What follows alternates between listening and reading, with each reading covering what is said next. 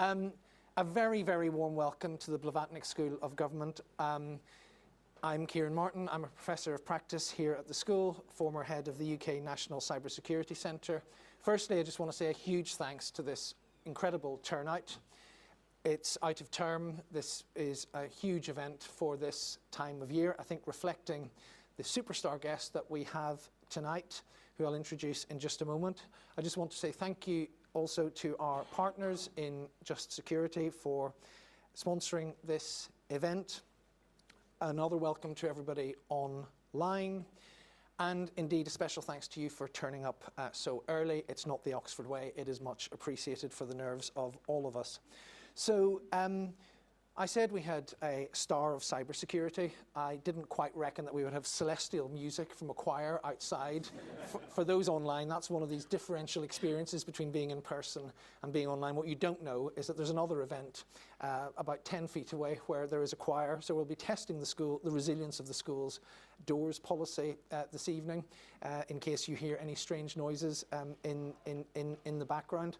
But without further ado, let me introduce our guest of honour and speaker, who's going to give us an absolutely brilliant presentation, and then there'll be a chance for Q&A. So Troy Hunt, for me, encapsulates all that is the best in our cybersecurity profession. He has very kindly stopped in on another of his many international trips from his home a long way away in the Gold Coast in Australia, to spend some time with us this evening. He is, to my mind, the world's foremost expert on data breaches, but he's more than that. When Troy was working in cybersecurity at Pfizer back in 2013, he will tell you how and why it began, but it did not begin with what it is now in mind, I think it's fair to say. He began the Have I Been Pwned website. It is, to my mind, one of the most useful and impactful services in cybersecurity. I would rate it as a public service, not least because the part of it that's free, I use it frequently. Troy's lawyers can be in touch later. In most introductory classes to cybersecurity that I teach, I say put your email on the emails you've had in the past into this, find out what data breaches, or data breaches if you're in Australia, you've been involved in, and see what that means. He will tell you how many unique billions of records he has collected. He will admit that it includes himself, including from the recent past. The other thing about Troy is, he and Charlotte, his wife, who's here with us tonight, two of the nicest people you could meet. So the generosity of their contribution to cybersecurity, I think, reflects their personalities. Indeed, when I last visited Australia, I had the pleasure of spending time with them and their family, privy to a good conversation with them about the responsible use of social media and messaging apps by teenagers, which I've now used with my own this very week, although I have added, always be very careful who you add to group chats, especially if you're planning to bomb the Middle East.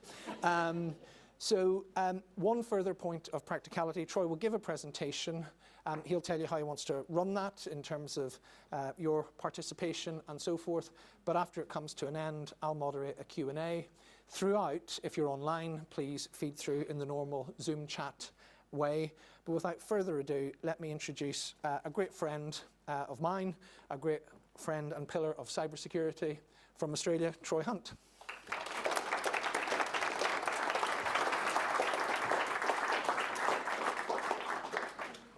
When Ciaran asked me to do this, I said I'd only do it if you got me a choir, and I didn't think you'd take it seriously.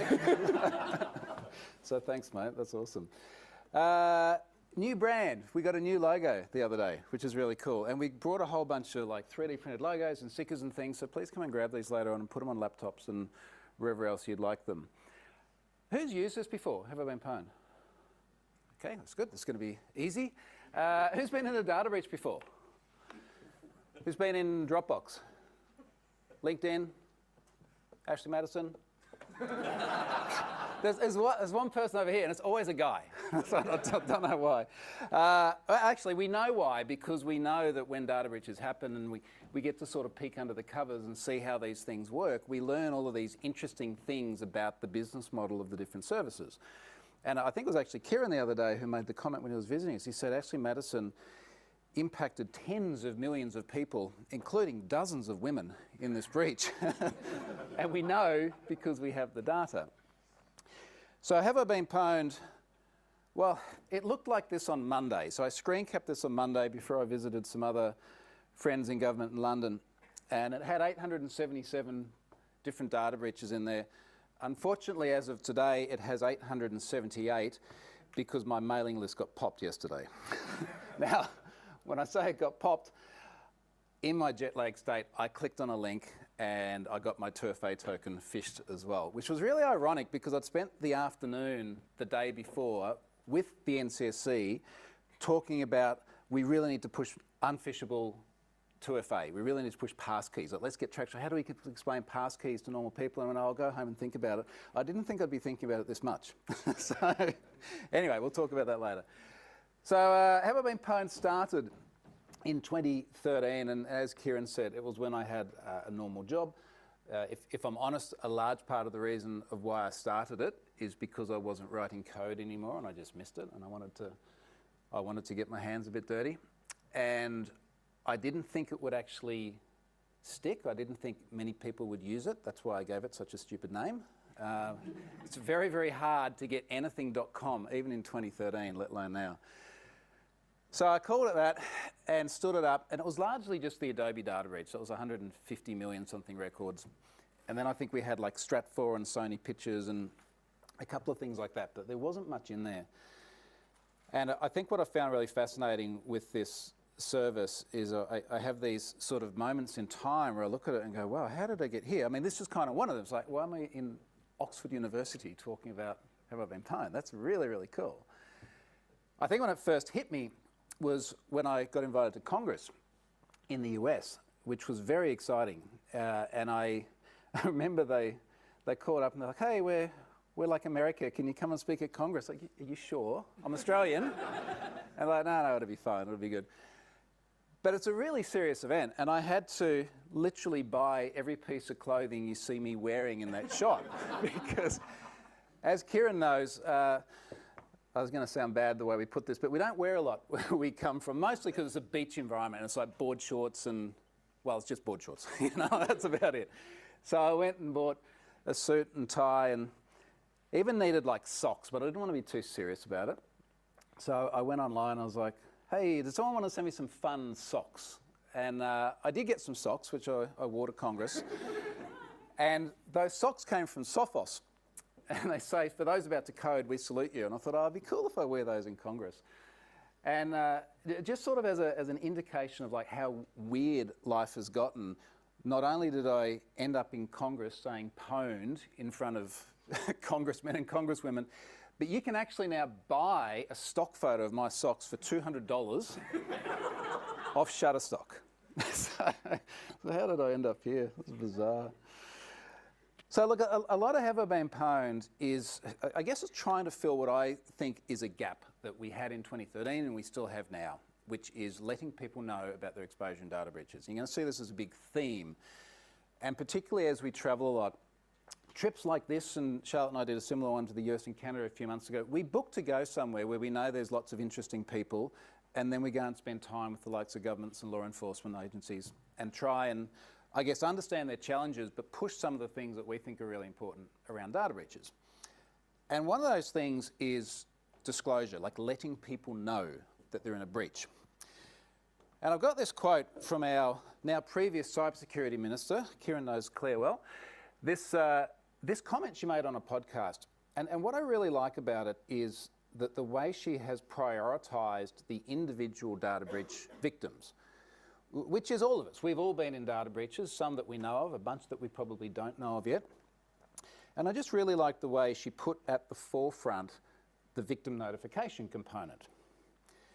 And I want to give you some examples of where this doesn't necessarily happen, both in Australia and in Europe, and also try and, I guess, level set what is actually required from organisations, because I think it's very different to what a lot of other people think. Now, I'll give you an example. This is the data breach disclosure notice I got from Ticketek. So I was in that data breach. Ticketek is a large online ticketing service in Australia. It's not Ticketmaster. It's different to Ticketmaster, but similar.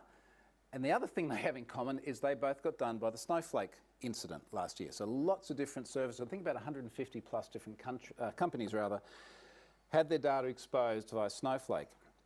And I got this data breach notification on the 1st of June.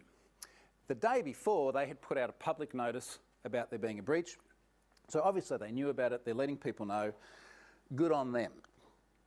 1st of June. Now later that month, someone sent me the Ticketek data. So it went into Have I Been Pwned. 17.6 million unique email addresses, which is a very large number given we have a country of 25 million and a bit people. Now there's a bit of an argument that 17.6 million email addresses is not 17.6 million people. It's going to be some bit less than that because some people have two different... Look, let's agree it's a lot of millions of people. So I put that into Have I Been Pwned, knowing that they knew about the breach and knowing that they'd sent their disclosure notices. And then I started getting all these messages. And I got flooded with messages from people saying they never let me know. Like Have I Been Pwned let me know, but Ticketek never let me know. And I thought, oh, that's interesting. There are two other people I know of that got notified by Have I Been Pwned and not Ticketek. One was my father. So Dad's like, hey, I got your notice. Like, is Ticketek going to send me anything? We've got the Have I Been Pwned one. The other person I know got the notice from Have I Been Pwned but not Ticketek is the lawyer representing them who called me up after I loaded this. He's like, hey, I use your service. Awesome. What's up? So what Ticketek ended up deciding to do with this, they put out a statement. They went and got an injunction, which would make it illegal to download the data. Now, I think this is a good idea because if you make crime illegal, people will stop doing it. So I thought that was an odd approach, and we're starting to see injunctions more. I forget which service it was. It was one in the news in the UK. I feel like it was only a few weeks ago where there was an injunction. I think this was the second injunction that we'd seen in Australia. The first one was for a very major law firm that got ransomed, and as ransomware crews tend to do, they published the data publicly.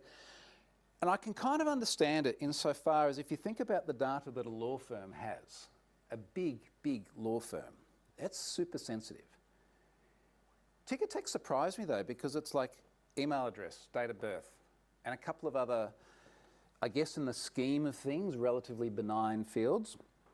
So they decided to get an injunction, and long story short, even though we had not breached the injunction because it didn't exist when we got the data, we decided it was the best thing to retire that breach, the second breach we've ever retired in Have I Been Pwned. So it basically meant just deleting all the data out. So we couldn't be in breach of anything regardless of how you look at it. But the problem, I guess, with it was that to this day, all the people in that gap, including my father and the lawyer who contacted me, have not received notifications. They've just never been told. The other thing I found kind of interesting is further down this statement from Ticketek, they gave some advice and they said, look, there's a whole bunch of, this is often what happens in data breach notifications, you know, here's advice about how to protect yourself. And the 3 tips they gave here is they said, look, go to ScamWatch. We've got a website in Australia called ScamWatch. Go to the OIIC and also go and have a look at the cyber.gov.au is the last bullet point there. Now, they were simultaneously putting this advice out whilst also saying in a very nice but not threatening, but if I don't do it, it might get threatening way, please remove the data. And what I found really interesting is that if you go to these 3 websites, there's a really common thread. So here's ScamWatch. This is the advice ScamWatch gives about trying to figure out if you're in a data breach. That's good advice. This is the OIIC, our Office of the Australian Information Commissioner. They have some good advice. And also, if you go to cyber.gov, cyber.gov has got some good advice too. So, ask me how I really feel about it later. But the point is that people didn't get notified, a lot of people. Now, this is in Australia, and you might go, well, it's obviously one of those like weird Australian convict heritage kind of things where, you know, it's the Wild West. At least we're in Europe. And when you're in Europe, you got GDPR. There's someone there shaking their head. Well, we're also hopeful about GDPR. Let me give you an example that's closer to home for everyone here. DESA. Was anyone in the DESA data breach? Now, you might have been, a couple of people say yes, you might have been without knowing it as well. Deezer is a streaming media service based in France. They had their services white labelled through other providers as well. So, for example, I think Virgin Media was white labelling their service. So if you had like Virgin Media streaming music, you actually got Deezer music, and when you subscribed to the service, Deezer had your data. You know this because you agreed to it when you read the terms and conditions. Now, their data breach went into Have I Been Pwned in Jan 2023. 229 million. Like, that is a massive, massive, massive breach. We have about 5.1 million subscribers who use that free service. If you haven't used it before, there's a notify me link at the top of the website. Put your email address in. You'll get an email if you appear in a breach. And what it means is that very often about 1% of people in a data breach are our subscribers. Now, if it was 1% of 229 million, you can figure out how many people that would have been. Now, it was ultimately less than, I think we sent about 500,000 emails or something to that effect. It was a really large number. So if 500,000 people get emails from us, they're going to know there's been a data breach. One of those people was my good mate Scott Helm, and he made the observation here. He got literally 2 days into 2023 before being in a data breach. And the interesting thing is, as I had a chat to him, he's like, they never told me. They never let me know. I'm in Europe, I've got GDPR, why aren't they telling me? And then there are all these people popping up with the same messages. I've not been told. Now, Deezer put out a public notice. It was in November 2022, so they obviously knew about it. They disclosed it publicly. How do we reconcile the fact that they're putting out notices publicly but not actually letting people know? And a lot of this, my view of it is very much around damage control.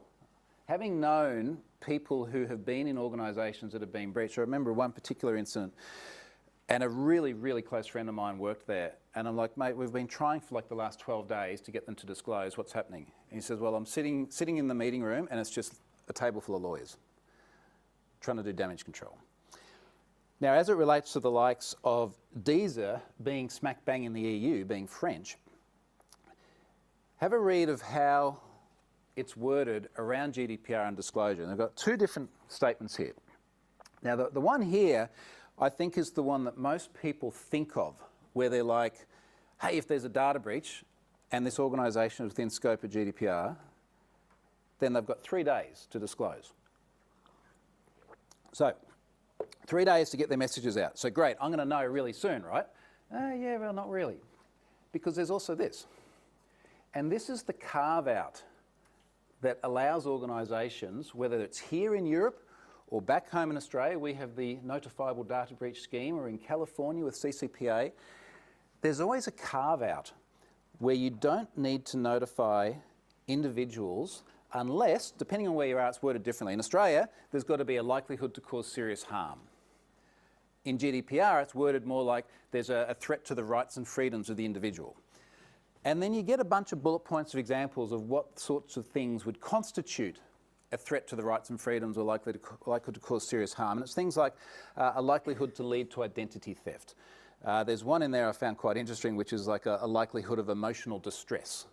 So that seems a bit subjective, and part of the problem is it is self-assessable. So the organisation can say, well, let's say it's the case of Deezer. There's been a data breach, a lot of people in there, but it's email addresses and passwords, and that's about it. Likelihood of serious harm, nah, it's a streaming music service. Problem is, everyone's reusing the same password everywhere, right? So when there's 229 million people in the Deezer data breach, 200 million of those are going to have the same password on their social media or on their email or somewhere else important. And that's what I feel very passionate about at the moment, like trying to bridge that gap and not have this situation where, regardless of how important you think that your data is or how important the organisation thinks it is, they let you know. And just to lead by example, when I did get my MailChimp account compromised yesterday, I had about 16,000 email addresses. Email addresses and IP addresses, because apparently MailChimp stores that as well, for reasons that are not entirely clear to me. We're having that discussion. So that went into Have I Been Pwned yesterday. Because I think, even if it's just email addresses, if they entrust it to you and you lose it, you should let them know. Like, it seems reasonable, doesn't it? Now, after we sent hundreds of thousands of emails to Deezer subscribers, some number of those were obviously very upset, got in touch with Deezer, and we got a disclosure notice. That's Feb. So it took nearly 2 months after loading into Have I Been Pwned, and about 3 months after they'd put out their public notice on a web page so that they can tick that box to actually let people know. So not reporting is a massive problem. Underreporting is another big problem. So still on Snowflake. Neiman Marcus was hit by Snowflake. So this was again around the middle of last year. I think it was around May last year. Now Snowflake did huge amounts of damage to, as I said, like 150 something companies. This is Neiman Marcus's disclosure notice. Now they submitted this in the state of Maine, and they said there are 64,472 impacted individuals. Doesn't sound too bad. Neiman Marcus is a massive department store chain. Now that data was then posted to a popular hacking forum. And they said it's 40 million. That's a big difference. And what happens is I get sent data like this, and I look at their disclosure notice, and then I look at the actual data, and time again I'm going, how do we bridge this? How do we reconcile this? You're not off by like 1%. You're off by, I don't know how many times over that is, like a massive number. And the really interesting thing about this as well, there's something sort of like oddly beautiful about the truth being in the data, right? So the data is not going to lie. When you have the data, there are all sorts of different ways of us establishing that it did actually come from the alleged source and that it is legitimate. And I'll show you some of those in a moment. So very hard to weasel your way out of that. Now, what's causing them all? Often I see statements, it'll be some cybersecurity company or something pitching their cyber thing, and they'll go, we've done some research, and 92% of all data breaches are caused by human error. Now, that's wrong. There is never a time where there's a data breach and someone goes, well, I don't know what went wrong, like everything went perfectly right. And here we are. There's always an error somewhere. And I thought I'd give you an example of the sorts of programming flaws that lead to data breaches. Now, very often people find these flaws and they try to disclose them to organisations and they get stonewalled. They can't get the report through, it goes to spam, they don't want to listen to it, they think that they're going to get shaken down for money. Sometimes they do get shaken down for money. It doesn't change the fact that there's a security vulnerability.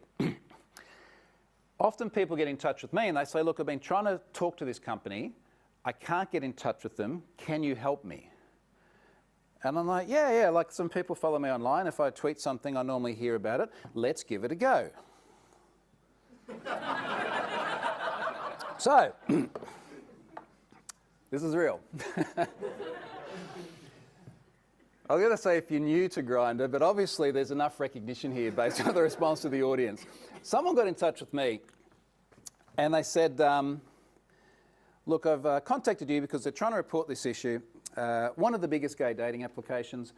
The vendor keeps ignoring me. I sent them all the technical details, but no way. The vulnerability allows an attacker to hijack any account.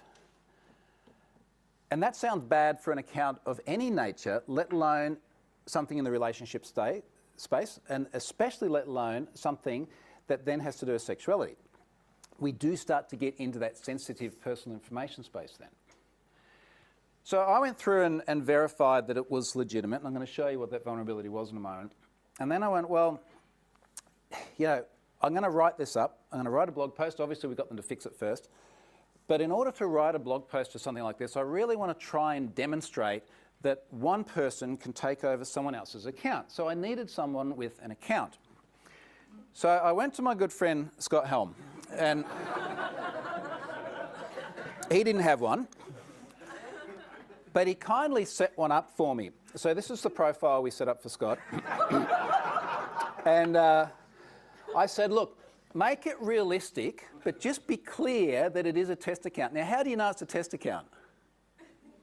Because it says test account, right? Like, this is literally the profile. So anyway, Scott sets up this account. The prerequisite for taking over the account is that you need to know the email address of the account. That's the only thing you need to know. But of course, there's lots of different ways that you might figure that out. So what you do is you take the email address and you go to the password reset form. Now, we've all done password resets before because you've forgotten it or lost it, whatever it may be.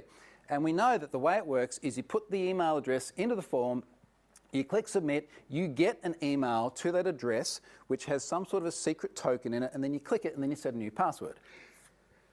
So here's how this works. You click submit and it goes, cool, we've sent you an email with that token. Now remember, this is a secret token that gets sent to your email. If you use this very elite hacker trick, which is called pressing F12, so you get the dev tools and you can see all the requests the browser makes, you can see that when the request is sent to send the reset email, something comes back in the response in the dev tools. Now, this is the secret. That's the secret that gets sent to the email, but anybody can see it because it's in the response. So what you can do is you can take that token and you can put it in this reset URL. Anyone can figure out what the reset URL is because you just set up your own Grindr account and go through the password reset process. When you click on that link, you then go off to the website. This was literally the email address Scott used for his account. You put in a new password. Now it's been changed. And then you can log on to the account. So this was Scott's Grindr account. I had to blur everything when we set this up. I have never had, I don't know if the privilege is the right word, but the experience of using a dating app of any kind. And I think I've seen a lot of the internet, but I was shocked. So you get his feed, you get all his settings, you get his DMs. And this is why I was like, remember when I said it was a test account? He got very explicit requests very, very quickly. I cannot show you the contents of what was in that or what happened when he didn't reply very, very quickly to whoever this was. So anyway, but like, isn't that crazy, right? Like, that's such a simple little security flaw. It's so, so, so easy. And not only is it so easy, but the guy who found it had so much trouble reporting it to them. So I mentioned verification. It turns out that hackers aren't always honest. Sometimes they put data out there and they say it's one thing and it turns out to be something else. So before a data breach goes into Have I Been Pwned, I have to be really, really confident that it is what they say it is. Because imagine if it's not, right? Like if someone pops up and goes, you know, here's the Acme Core data breach, and I was like, yeah, sure, seems legit. And I load it, and then we send hundreds of thousands of notification emails, and then that company gets another lawyer to call me, and maybe that one's not as friendly. So that's the concern. I've got to verify it. I'll show you how we do this. So there was recently a breach of an app called mSpy. Now, this is the blog post that was written about their breach. And you get a bit of a sense from the wording here that they're not real fond of spyware apps. And for those of you that are not familiar with the concept of a spyware app, they're largely pushed as parental controls. So you've got kids, you want to keep an eye on your kids because it's a dangerous world out there on the internet. Install this app and then you can see the messages that they send. You can see the photos, you can see who they've been calling. The way these work is most of these, and I'll talk about an exception in a moment, but most of these will effectively run on a compromised device. So you've got to get access to the device, you've got to have the device unlocked, you install the spyware, it grabs all this data, puts it up in the cloud, maybe puts a password on the cloud storage account, not always, as you'll see. And there's a bunch of them. It's not just mSpy. Each one of these is in Have I Been Pwned. We've got 8 separate instances of spyware that is now in Have I Been Pwned. You will see the word stalkerware used quite a lot. These services say they are there for parental controls to monitor your children. We know that they are really extensively used for non-consensual stalking of a spouse. Part of the reason we know that they're used that way is some of these, PC Tattletale is a good example, literally the guy who started that has got a YouTube video that is, and I can't believe I'm having to explain this, but he's going through explaining how some people are worried about if their spouse is cheating on them. You know, it's really important to be able to check if your spouse is cheating on you. So this is literally the way they're running these services. We also know that they're used extensively for non-consensual monitoring because inside the MSpy data breach, that's where it's been published, is this set of files. Now the big file down here is a 4.4 gigabyte archive of their Zendesk logs. So these are the support tickets people have been logging. Now that expands out to tens of gigabytes. And it makes for interesting reading because you can see what are the questions that people are asking the spyware maker. And there are a lot of questions in there to the effect of, I'm worried that my husband/wife, it seemed pretty even actually between the two of them, is cheating on me. How can I monitor them? Now MSpy comes back and says, look, it's very important that this is only used for legal purposes and that you have their consent first. Now, here's how you do it. So they very quickly jump into, here's how you run that software. One of the recent ones on there as well, SpyX, that went into Have I Been Pwned, I think just last week. Part of the way they do monitoring, it's a big sales pitch. They're like, look, you don't actually need access to the device, you just need their iCloud credentials. Because if you have the iCloud credentials, then it can jump into the cloud, pull the backup, and then pull data out of there.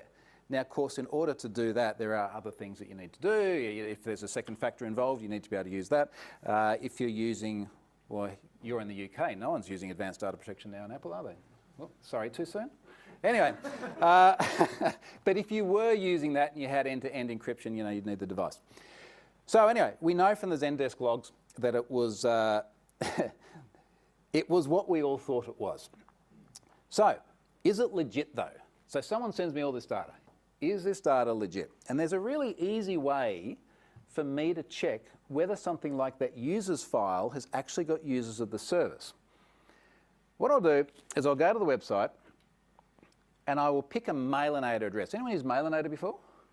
Mailinator is really cool. So if you want to receive an email to an address but not give away your own address and there's nothing sensitive in it, you can send an email to anything you want at mailinator.com.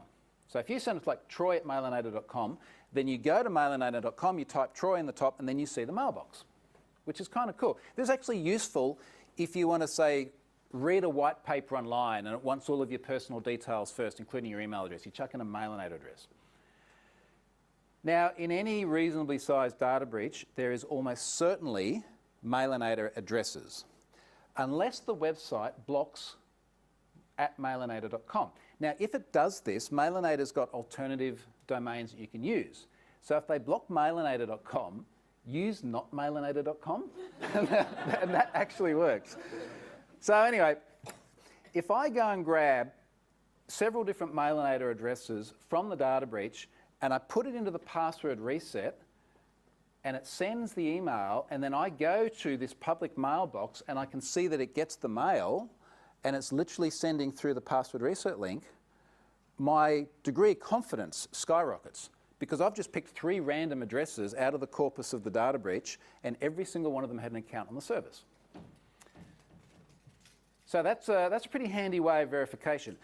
If there's not Mailinator or not Mailinator, sorry I'm going with that, if there's not those addresses, a lot of services still have enumeration vectors. So you can put an email address that doesn't exist into password reset and it comes back and says, there's no one here by that name. Which means that if it doesn't say this, then what they're implicitly telling you is the email does exist. So you can do this with Gmail addresses or anything like that. Now the cool thing about that is you're not violating anyone's privacy, you're not seeing anyone else's personal data, you're not getting access to anyone's account. So it's a good way of doing it in a privacy preserving fashion. The other thing we can do with having a corpus of 5 million plus Have I Been Pwned subscribers is I can always just send some of them an email. And very often this is what I'll do. Or I'll go, look, let's say there's allegedly credit card details in a corpus of data. Now, as we all know, credit card details are just numbers. Are we sure they're actually card details? If I want to be really confident about that, because saying that there's credit card details then triggers all sorts of other things under PCI and the likes, I'll send an email like this. This one was actually about the MSpy incident. And normally what I'll do is I'll send it to the 50 most recent subscribers that we have on Have I Been Pwned that are in that breach. 90% of them will think it looks fishy and they'll ignore it. And then 5 people will reply. And then I'll send them their data. And in this case, this person had a couple of support tickets they'd raised. And I'm like, look, this is allegedly your data. Is it legit? And when they come back and say that, okay, now we know. So far, we've been right each time with data breach verification. There's a lot of time that goes into that. And there's also a lot of time that goes into even just a disclosure. Because if someone sends me a data breach and I can't find anything in the news and I can't find existing disclosure notice, I don't want the first that a breached organisation knows about their breach to be angry customers knocking on their door saying, hey, have I been pwned, just told me you're in a breach. So I do a lot of disclosure where I'm contacting organisations trying to sound legitimate whilst also saying pwned and trying to explain what this service is, not the bad guys, like you go and Google me, figure it out. And it is increasingly difficult to get organisations to respond. Ideally for a CISO to respond or a CTO to respond and not a lawyer. And I think a lot of it is the lawyers. And it's kind of funny how full circle this goes. One of the reasons organisations seem to be extraordinarily worried about disclosure and about having discussions about their data breach is because they're very worried about class actions. And this happens all the time. This is not AI either. I actually made this myself. Before AI, it's like 5 years ago, I wrote a blog post about the problem with class actions and ambulance chasing. And the sort of the thesis of the blog post was that we see so many class actions appearing these days for incidents that really have very minor impact on the individual. But because we see all these class actions, and because the lawyers get rich out of it, because they do get penalties paid from these organisations, a lot of companies are very reticent to talk about it. And one of the things that actually concerns me a bit is have I been pwned being used as fuel for class action lawyers to then go and try and get customers and then go after the companies that have had the breaches. And I know that they're using have I been pwned as fuel for that because I get emails from them the whole time saying, hey, we're a class action lawyer. For some reason, it happens a lot in Germany. You're a class action lawyer in Germany. Can we get product placement on your website? It's like that just feels so sleazy for so many reasons. Just last week, I mentioned loading the SpyX data breach. So this was the alert. I screen capped that on Monday. And if you have a look at when I screen capped it, that was 4 days prior. The day after that, this appeared. So the reason I found this is actually an Instagram ad from class action lawyers. The reason I found it is because my Google alerts popped up and said, hey, someone's mentioned have I been pwned. Somewhere further down here, they're like, hey, have I been pwned, just talked about this new data breach. Would you like to join a class action? Which is kind of nuts too, because most of the email addresses in that data breach were the people who had gone and signed up to the stalkerware themselves.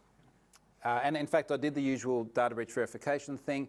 The ones that replied to me all said they signed up to try and monitor their kids and that the software didn't work very well. So for a class action lawyer to then say, we want to help you go after the spyware maker because they had a data breach and it exposed your email address, and that was about it. It just seems nuts to me. Now, Have I Been Pwned is not the only service that works the way it does in terms of indexing data breaches and making them searchable. There have been many others over the years. This was one of them. This was WeLeak Info. I don't know where they got the idea to put a great big search box on the front of the page to put your email address in, but here they are. It's a bit of a theme with all of these services that have the word leak in them. One day they look like this, and then the next day they look like that, which is amazing. And it happens over and over and over again. And a lot of the reason it's happening, I guess we can look at it 2 different ways. The services exist because it's really, really easy to get large corpuses of data. Obviously, I know that, having had a very large corpus of data. So they can siphon all this data up very easily. Cloud hosting is cheap, very easy to spin up services to make it searchable. The reason they keep getting into trouble is because they're not just doing the have I been pwned thing and put the email address in, let people know where you're in a data breach, but they're taking all of the data from these breaches and then they're selling it to people. And then they're advertising on hacking forums. Like, what do you think's going to happen, honestly? That was WeLeak Info. This one was leaked source. And leaked source was a really interesting one. That was very, very prominent around about 2016, 2017.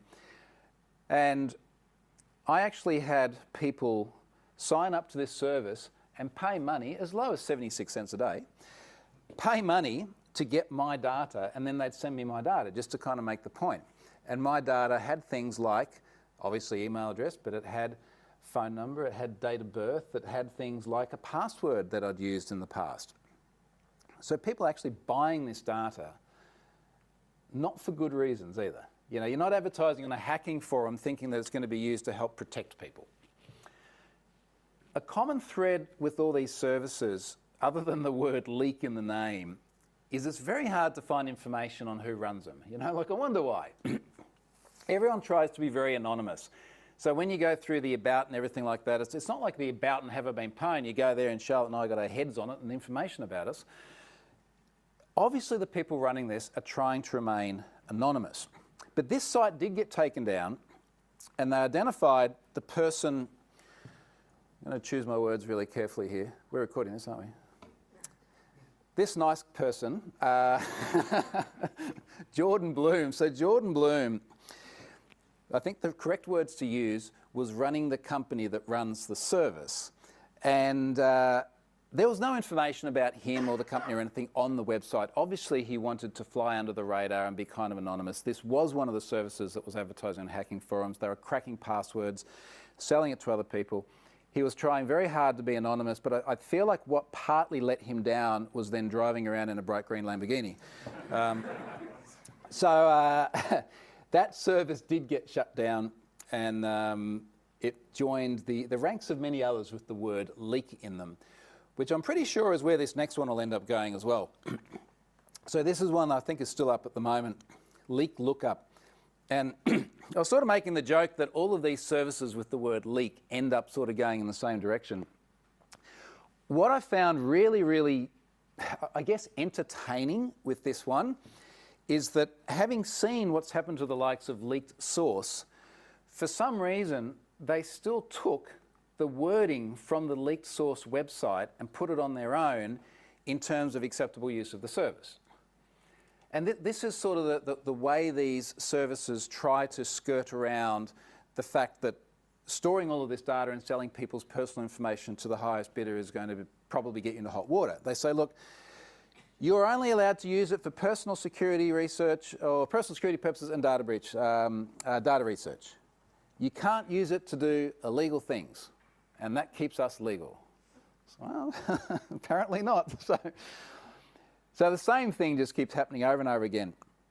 And these services get huge volumes of data from fairly easily accessible locations as well. You often see, data breach news, and let's say it's through the mainstream press, BBC, they'll say, oh, this data's on the dark web, you know. Data's been taken, it's spreading across the dark web. It's like, no, it's not normally there, it is normally the clear web. It's places like this. This is a clear web website. And I picked this one because this was in the news a few days ago. Allegedly, this is a big, big, big allegedly here, Oracle Cloud. Now, I think that this is a massively over-embellished description, and I wouldn't be at all surprised if it's actually fake. There's a link in here somewhere of a company list, and this company list is just about every big company you can think of. I just kept typing in names, and it's like, yep, there. Everyone's there. I think it will end up being fake. Oracle said it's fake, but we'll see. A lot of data does appear on this service. This service is called Breach Forums. It's a public website. It is not the dark web. It is an address that you literally type in the address bar. There are a lot of Google search results that lead here. I'm not going to give you the URL. People will find it easily enough anyway. But this particular site, Breach Forums, supersedes another breach forums that ran before it. So what happens, these services run for years out there in the clear web, eventually law enforcement comes and takes them down, and then they phoenix and they just rise back up the next day as something else. This one was run by a guy called Pom Pom Purin, who's this guy here. For some reason, he's got this little Hello Kitty avatar. But again, ran under the veil of anonymity. You can't find out who these people are. They try very, very hard to remain anonymous until they get arrested. This is the real Pwned, Connor Fitzpatrick. And he's 20 years old here. So he's young, probably. Yeah, he's young for me. So, but if he's 20 years old by the time he gets arrested, he's been doing this for years anyway. And he got picked up by the FBI, and that website now looks like this. Now, this is not the best bit. The best bit is someone at the FBI has developed quite the sense of humour, because what they're doing in their takedown notices is stuff like the little Pwned avatar is there, and he's wearing tiny little handcuffs.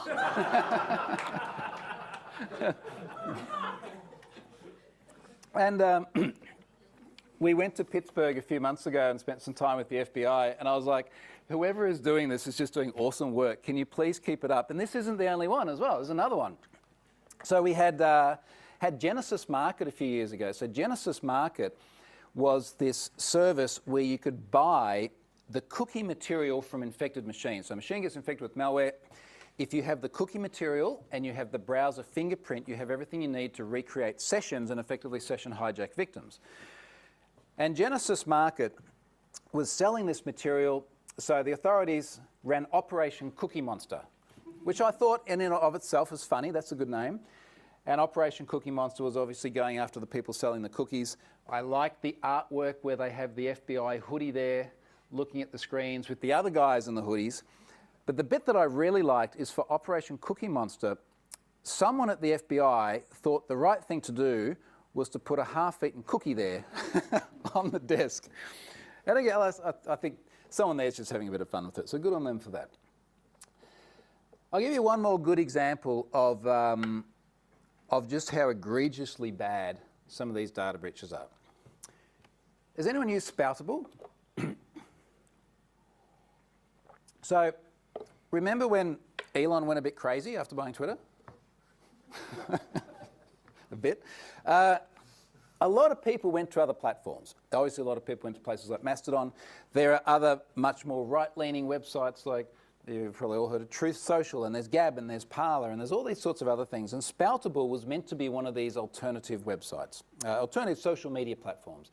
Go to Spoutable, be away from all the other dramas because Elon, and instead use this service.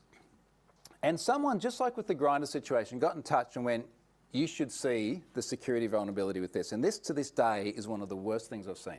So, I'm going to show you the data. I created an account on the website myself and pulled my own info. You know how, when you go to a social media website, you will see other people, and then there'll be information about their profile.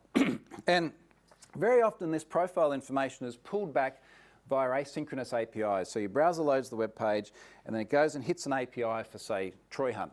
And then Troy Hunt's data comes back in that API. And what do you normally see on other people's public profiles? You see probably their name, you might see their photo.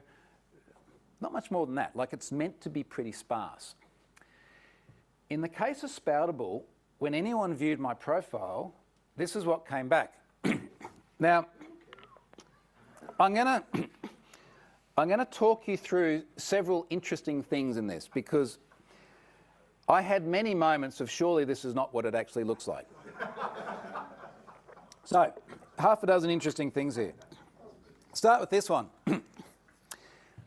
Yep, that is what it is. So obviously I've redacted it. That was the email address. So you could get anyone else's email address just by, again, pressing F12, popping up the dev tools, seeing the request that gets made.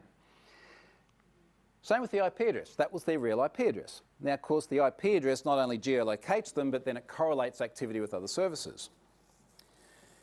Starts getting a bit more interesting here. That is a bcrypt hash of a password. So bcrypt is a good way to store passwords. That's pretty much the acceptable way of doing it these days. You shouldn't be sending it to other people, though. You can crack bcrypt hashes. It's a lot slower than MD5 or SHA-1 hashes, but you can crack them. There is no reason to return that into an API. And it means that it would potentially be possible to figure out someone's password if you could crack it. But you don't need to figure out their password, because you've got this. So you know how when you turn on 2FA, in fact, that didn't make sense. You don't need to have the password for reasons that you'll see in a moment. But imagine you did have the password, and imagine you as the adversary could figure out the password. You've cracked the password, but they've got 2FA. This is the 2FA backup code. So you know when you sign on 2FA and they're like, here's a backup code, keep this in case you lose your soft token authenticator or something like that. But it is a bcrypt hash of the backup code. The only problem is I'm pretty sure the backup code was like 6 numbers. So you've got 1 million possible calculations that you need to do in order to figure out what the code was. So that's pretty much useless. But you don't need to do that because the 2FA secret is there. The 2FA secret is the seed that's used in your authenticator app. So if you have that secret, you can get the little app that comes up and every 30 seconds it cycles around and gives you a code. But you don't need that because you've got this. You know when you do a password reset, we all just saw how it works with Grindr, and you get a secret code that comes to you in email? Yeah, that's the secret code. So you don't even need to begin the password reset for someone. You can just look up their profile, take that code, go to the password reset URL and put that in the end, and then set a new password. And all of that was coming back in the public API. Cool, hey? Not really, but you know. So anyway, they obviously what they've done here is it's almost like what we call mass assignment vulnerabilities, where there's actually a lot of underlying data beyond just the attributes that are returned. And for some reason, they've obviously just picked the whole lot up and returned it all publicly. Now here we are. And it sort of got me thinking, I think in general in this industry, it's fascinating not only having all these security problems, but the number of times it's actually very hard to get a vendor to take a serious security problem seriously and get the thing fixed. And I found an example recently which I think is just a perfect illustration of how hard it is to get organisations to take these things seriously. And it relates to this. So there's a biometric padlock, and the value proposition is you put your thumb on the padlock, padlock unlocks, you don't need a key, you don't need a pin. Awesome idea. And there's a YouTube channel called The Lockpicking Lawyer. Anyone seen Lockpicking Lawyer before? All right, cool. Everyone's happy. So if you haven't, it's awesome because all the videos are like 3 minutes and he gets some super duper looking lock and then he gets like some dental floss and a toothpick. And in 30 seconds, he's got the thing open. So anyway, he gets this lock and he finds there's a screw on the, on the side of the lock. And like that in itself is funny, but that's not the best bit. So because he's a responsible guy, he's like, all right, we need to do responsible disclosure. We need to let them know and let them fix it, and then we'll go out and make videos about it. And he sends them an email, and he's like, look, I got your lock, and I got my screwdriver out, and the screw came off, and the lock opened. And their response was, the lock is invincible to people who do not have a screwdriver. All right, on that fun note, why don't we leave that bit there? We can down to the next bit. Thank you, Troy. Thank you.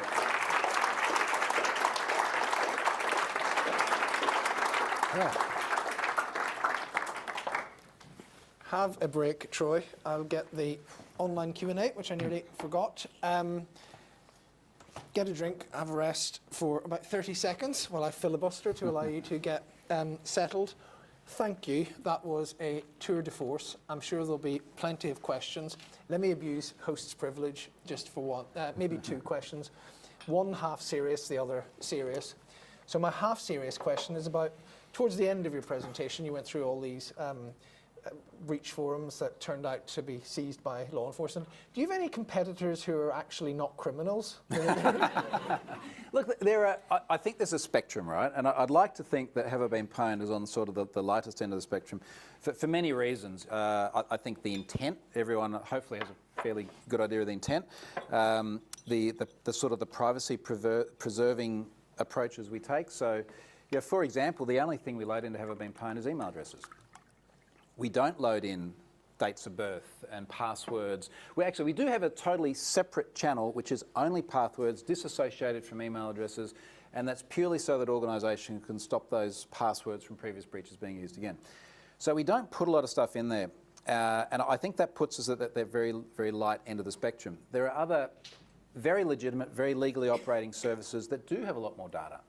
and then they have a lot more developers and probably a lot more lawyers and everything else, and that's fine, and I guess they service a different audience. But the answer to the question is yes, there are some legitimate ones out there, but I think it very quickly descends into the grey and then just the outright illegal. Good to know. Right, let me ask another question, but if you've got a hand here, and there are some colleagues with microphones at the back, so if you put your hand up, the microphones will make their way to you. So they've got one here. I'll come to you in a sec. Whilst we do that, the more serious question is about harm. Now, I know your genuine, unique speciality is aggregating all this, understanding how the breaches work, everything you've just talked about. But you made sort of passing references. You mentioned the grinder example. Funny though it is, that's pretty serious when you get into people's deep relationship and sexuality. And their private lives, but there are other ones where you're talking about, you know, why you were so, I think, and I would agree with you for what that's worth, dismissive of class action lawsuits. You get into ones which are actually not very serious and emotional distress, whatever that may be. So what's your view, in a sense, on two things? Firstly, just the sort of level of concern there should be about data breaches, given that some are severe and some are not. And secondly, about how to help people understand. So if they type into Have I Been Pwned and they work out what they've been involved in, how people can actually understand for themselves the severity of data breaches and which matter and which don't. So I think the first bit in terms of the level of harm, it is something that very much depends, right? Clearly, let's say it was my mailing list thing yesterday, that there will be no harm to people by any reasonable measure. It's email addresses. You may get some spam, which we'll get. I think Ashley Madison back in 2015 was probably the best example of what can be serious harm, because people literally took their lives as a result of that incident. And then, of course, there's a spectrum of everything in between. My view is that this whole sort of likelihood to cause serious harm, that carve-out that organisations have, surely the individuals in the breach should be the ones to decide that.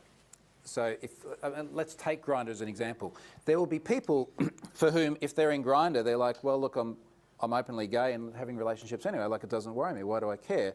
There'll be other people for whom that could be enormously damaging and enormously personal, but surely that is up to them to make that decision. Well, one of the things we're trying to do with the rebrand work on Have I Been Pwned at the moment, and we've got a GitHub repository with all the I guess, current new interfaces we're building.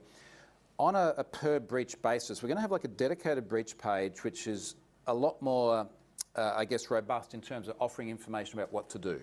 So Have I Been Pwned, to my surprise, is used by a very large number of like normies, we call them, like normal people, right? Not cybersecurity or technical people. And they find themselves in a data breach and they're like, well, what do I do now? And at the moment, we've got some 1Password product placement. You know, go and get a password manager, make them strong and unique, which is great. But what if it is your home address? What do you do? Well, you're not going to move house, but maybe you need to be a bit more worried about identity theft. You know, what if it is a government-issued ID? If you're in America and it's an SSN, good luck. It's not easy getting those changed. If you're in Australia and it's your driver's license because you're in the Optus data breach a few years ago, well, you can go and get that changed. So we're going to try and give a lot more actionable information to people, including things like, let's flag which websites actually support 2FA, so you can go and turn that on. Let's flag, let's say you're in the Dropbox data breach, I'm pretty sure they support passkeys. You know, go and use passkeys or U2F tokens, or give people more actionable info. Brilliant, thank you. Now we did have a question here. And come to you now. Thank you. Hi, Troy. Have you considered how Have I Been Pwned can provide a more proactive position for organisations in their security stance? I've got concerns for people with visual impairments, who are blind and users of assistive tech, of which there are 2 million in the UK. So it's not a small number of people. And if you put the Have I Been Pwned domain verification string into security.txt, that could provide a great trust signal that could be used to confirm that an organisation is trying to do its best endeavours around security, because organisations, they try to be compliant, but compliant doesn't mean secure.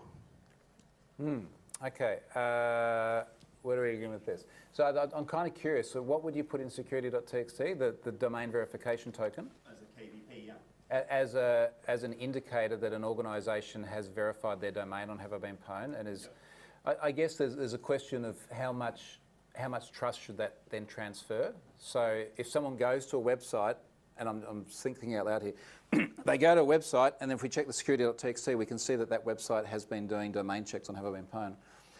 Does that mean someone should trust it more? Well, with other trust signals, yes. I mean, if you put it into DNS especially, Yep. it's improved privacy and performance. Yeah, and one of the ways to do domain verification is DNS as well, so you probably could pull it from there. Well, we should move on. We have another question, and we'll better get to some online. Emily? Hello. I wondered what were your thoughts on the British Library incident and how they handled it in terms of like communication and being quite open and honest? This was recent, wasn't it? It was about Last 18 months ago, and so it was a double extortion ransomware. So, I mean, there's a bit which isn't data breach, which is that its library of 170 million books was offline fully for months and is only partially restored. But they tried to sell the employee data breaches. They tried to sell the employee records on the, they tried to extort for that. And then when the library didn't pay, because public authorities don't in this country, they tried to sell it. They tried to sell a staff list for whatever the price of Bitcoin was at the time. It was $600,000 US. Which was probably slightly above market rate for a staff list of some British civil servants. But I think to Emily's point, it was, so you might have a more generic answer about this. They published huge amounts of technical detail about what happened and the recovery process and about the extent of the data exposure. So I think that the generic response to that is, as sort of a post-incident reporting, we generally as an industry really like transparency and expeditiousness. And again, to sort of use my own failings yesterday as an example, within half an hour of realising that I've been phished and so I have my mailing list, I wrote up everything I knew and I just keep adding to it and adding to it. In part because the next time I talk to an organisation that doesn't want to do it, I'll be like, hey, look, even I got pwned the other day, here's how to do it. So yeah, definitely expeditious and transparent reporting. And I think I had a bit of an epiphany, in fact, as I was on the way to that Congress talk, and it was around the time that Uber had their incident. Remember Uber, they effectively got breached and then they tried to pass it off as a bug bounty. And the penny that dropped for me then is I think organisations are judged much less these days about whether or not they've had a data breach and more about how they've handled it. Well, segueing into our first online question from Faisal, and he said, you alluded to this in your bug bounties post, but do you think it's also hard to reach companies or to get them to respond because they're burned out by those fake vulnerability emails from script kiddie researchers? And if I could add to that more generally, your reflections, because I thought it was a very powerful part of your talk, your reflections in general on why companies are so hard to pin down in their response. Now, did they say bug bounty or beg bounty? They said beg bounties. I'm wearing my contacts, so your beg bounties post. Everyone knows probably everyone knows what a bug bounty is. Anyone know what a beg bounty is? All right, so it's similar, right? So a beg bounty is when someone usually runs like free and automated tools over your website, and then they send either to an organisation, or we get them all the time as well. They send you this email going, "Oh, we found some really bad security vulnerabilities. Do you have a bug bounty?" And you're like, oh, geez, I don't want to get pwned. Can you tell me more about it? And when you do learn what the issue is, they're like, your SPF record is too permissive. Or we put it into SSL Labs and you're using a cipher suite which has since been deprecated. Like, it's just some stupid random thing. And it's just opportunistic, sleazy, spammy, hence why I call it beg bounty. So I think what they're saying is that the concern that creates is we get so much junk as anyone who runs an online service. How do you filter the junk from the legitimate stuff? Because it's very easy when these people are sending these stupid beg bounties to miss something that might actually be serious. And I think that is a real problem, and it's why I'm pretty brutal with anyone that tries to send that stuff to us. Because, like, mate, do you know how much harder you make even my job when I try to reach out to a company, not to talk about an SPF record in DNS, but to talk about, I have millions of records of your users. So yeah, that worries me a lot. Right, please put your hand up for more questions. There's one here. And then whilst we're getting the microphones, question from Professor Alan Woodward online. Is security ticks, TXT, becoming more standard for finding the security contacts in an organisation? Yeah, so g'day Alan, I know Alan, he's lovely. Great guy. So security.txt is a spec for exposing security information about your website, which can be anything from who to email, you can publish your PGP key, you can publish hiring information in security.txt. And what's awesome about it is it is literally a file called security.txt, and it is in the .well-known directory on the website. So it's totally free to put it out there. When you put it out there, then you get the beg bounties that come back. So I think the paradox that we're dealing with is that we want to be approachable and receptive to reports, but then we've got to deal with the fact that by being approachable and receptive, you get a lot of junk to deal with. And I just don't think we have a good fix for that at the moment, short of using, say, a company like BugCrowd, and then they do all the triage and everything for you, and you just pay them for it. Right. Question in the front row, and then we'll come to you. Hi, Troy. Good to finally meet you. You mentioned the fact that the companies are lawyering up, as it were. But do you find that there's a greater rate of data breaches, or are we as an industry doing a better job and the rate is flatlining, or have you not done any analysis at that level? I don't think we really have solid empirical evidence to say that it's getting better or worse. I mean, we see lots of stats. I mean, for example, there's a service called Information is Beautiful that plots the world's biggest data breach on this really cool bubble graph. And you'll see those, and obviously it's only reporting on what's known, and we're only commenting on what's known. There's a lot of breaches that are not known by the organisation. There's a lot of breaches that are known by the organisation that are not disclosed. I think if we look at the factors that lead to data breaches, we see we've got more websites, we've got more people, particularly in emerging markets. We've got a lot more people coming online. We've got more devices. Cloud storage is cheaper than what it ever was before. There's more expectation of exposing your data via API and sharing it backwards and forwards.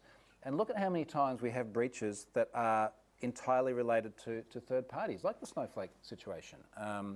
Or even myself, yes, okay, that was my fault with MailChimp, but by using that third-party service and authenticating to there, that created another vector.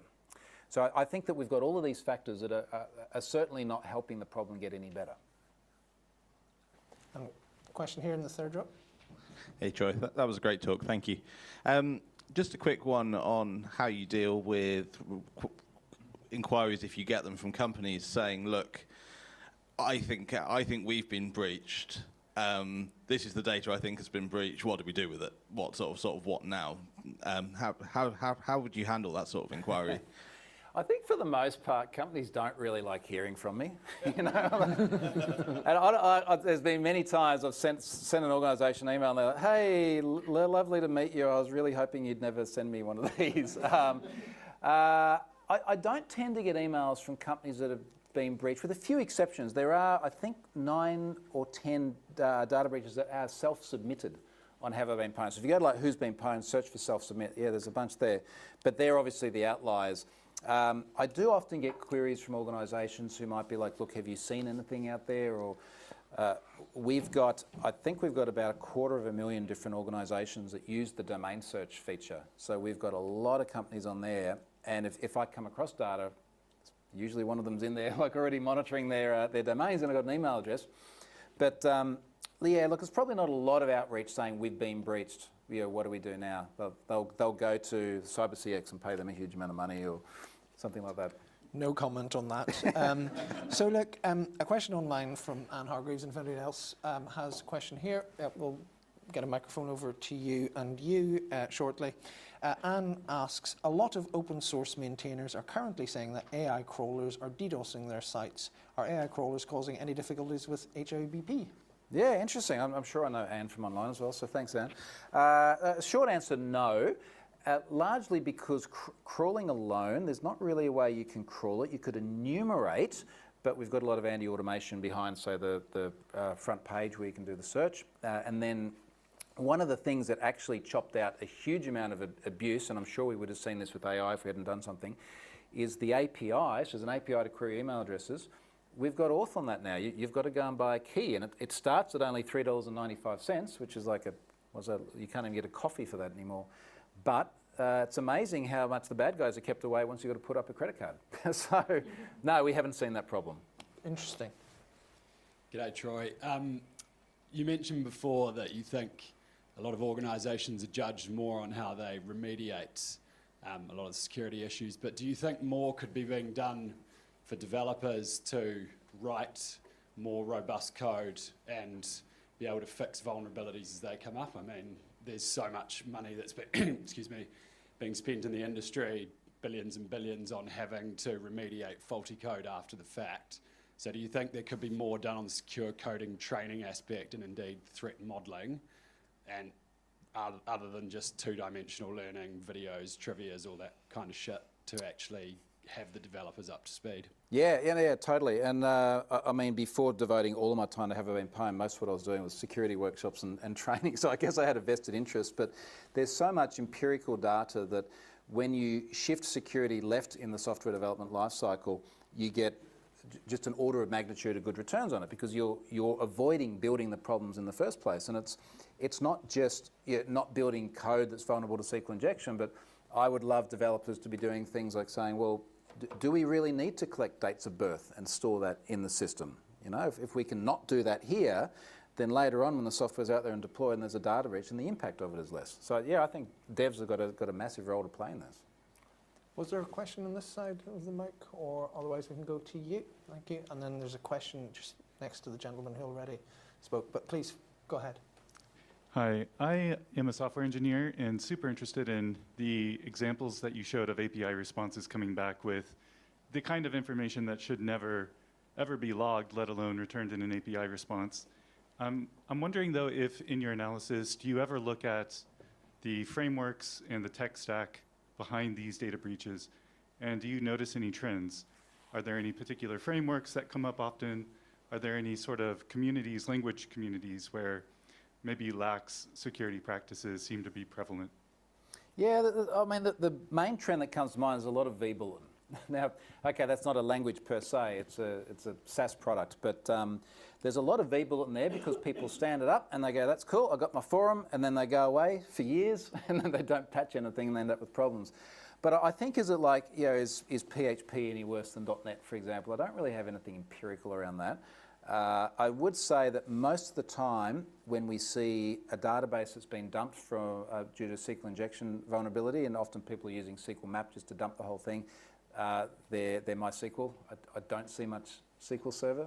But then again, the LAMP stack is free and easily accessible, so it's got traction. You're going to see a lot more. Thank you.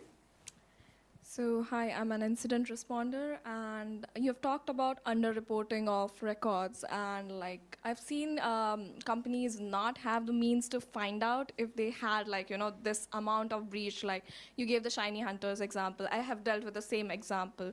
So in your experience, what could these organizations do? Like, you know, they don't have the means. They just found out those 40,000 records, but shiny hunters is claiming, you know, say 400 GB. So like in your experience, what could possibly you know, how could they defend themselves in front of regulators, or like what could they done better? Well, they could ask me. I'll give them the data. You know, but often that's what it is. I find it fascinating. You know, I take your point because they may not know the scope of the incident. But one of the things I find fascinating is even when I do give an organisation data, and that's the only party I ever give data to, with very rare exceptions.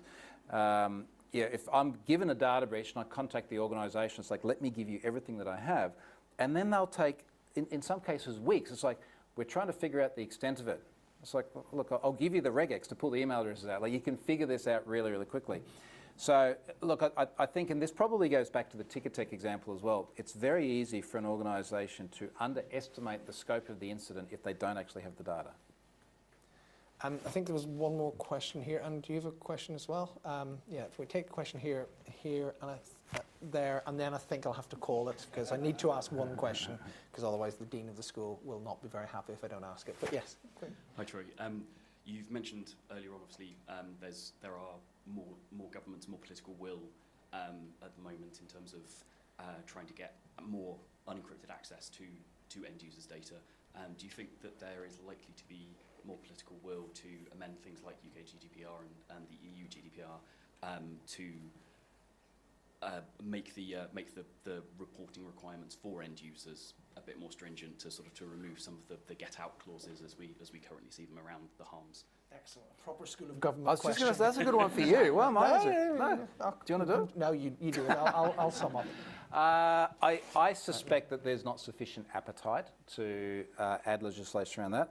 I suspect also, and I mean even what we've heard in Australia quite a bit, under our notifiable data breach scheme, and we've had some privacy law reforms, but at least initially you had to have gross revenue of 3 million Aussie dollars or more in order to be within scope. Now that's a single-digit percentage of Australian companies that have that level of revenue, and the argument was we don't want to place a burden on the organisations. I feel that's a little bit back to front because the organisation is surely the one that should be held accountable for the data. And if you feel that you're going to be unable to communicate to people after you have a breach, if you're collecting all their data, well, you possibly have another problem. While the microphone makes its way, I will add my tuppenny's worth. Because I don't have to speak for a government anymore, I can say what I'd like to see. I'd like to see more sort of gradation or stratification in data regimes. Some are really serious. Some are less serious. The number of email addresses is not the best guide to that. I would have said that before coming in. Having listened to Troy, the other thing that I would think about, I'm not sure how it would translate into public policy, very taken by the class action lawsuit deterrence. I've seen that. I've seen it in Australia. I've seen it in, not so much in the UK, I've seen it in Germany. And some of this is pretty piffling stuff on, you know, the so-called emotional distress of losing your email. And if that's going to act as a deterrent, and I saw when GDPR came in, I had to make an announcement with the Information Commissioner, the regulator in this country, to say, look, if you work with the authorities, it will actually help you in regulatory cases, because people were clamming up. Previously, cooperative organisations were just fielding their general counsel. I think we might need to revisit that type of issue. But I think there's a question here, a question over here, and then we're done. Who was, yes, just right in the middle of the row. Thank you. Because of some of the attack vectors we've spoken about today, such as bad APIs, phishing, like cookie hijack sessions, things like that, what are your thoughts around MFA being less reliable at keeping adversaries out than it was a couple of years ago? And what can we do to protect our users? Yeah, good question. I feel like everything just comes back to my cock up yesterday morning. So thanks for that. That wasn't my point, sorry. Well, I mean, I think I said it earlier on, but ironically, Monday afternoon I spent with the NCA talking a lot about phishing-resistant MFA, which, yeah, the most accessible phishing-resistant MFA we have is passkeys.